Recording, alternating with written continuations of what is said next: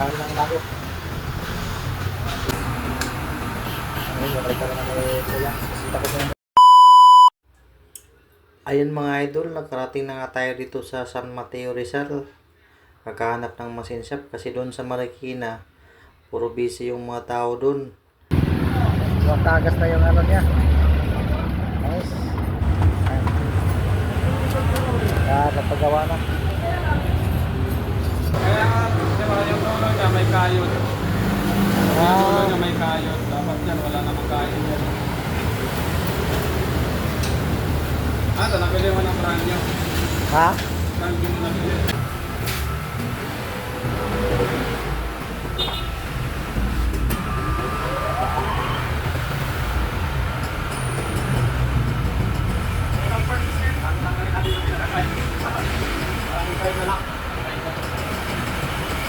Ano yung ginagawin mo na? Ang gawin natin yung pinaka-guide mo lang niya kasi nilipat natin sa kaglang ulo.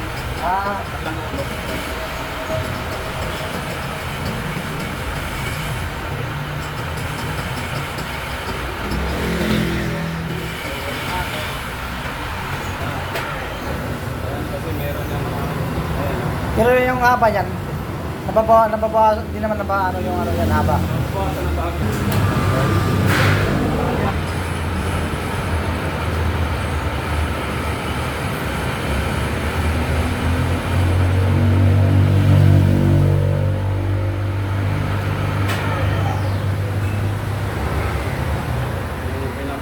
May mga ano pa pala sa loob yan. Pinaka-ano niyan, pinaka-stopper sa kali ito.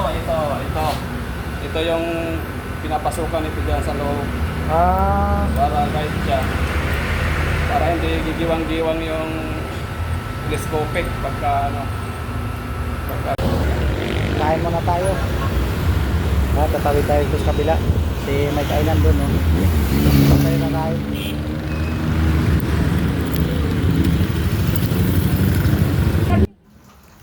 Kumain nga muna ako mga idol kasi nagugutom na ako, kakain tayo dun sa pinapagawa ko para pagkatapos kong kumain dito natatapos na rin yun kasi inumpisa na yun ni Kuya nung pag-alis ko. Para pagbalik ko papakabit ko na lang dun sa isang shop nila para makauwi na rin ako kasi anong oras na, kaya na pa akong umaga kasi dito.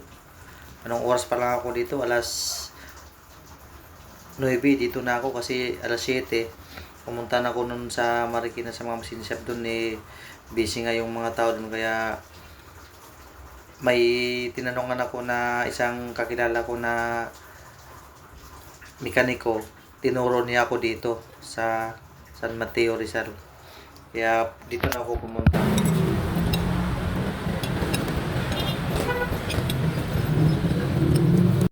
Yung mga idol, okay na.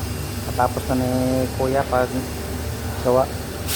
Balik na natin to dun sa ano, at pababalik na natin. Doon na lang yung bayad, Kuya. Sige. Ano guys, punta na tayo sa kabilang shop nila at ayun yung shop nila mga idol. Papakabit na natin to.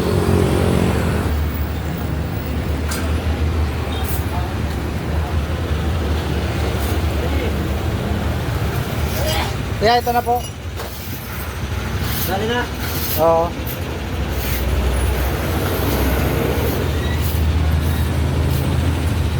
Mga ito, papakabit na natin. Paano ilisin natin ito? Palitan na natin.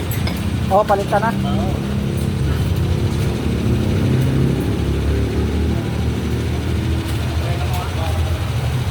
Gagastos na lang ng papakabit na natin para makauwi na tayo.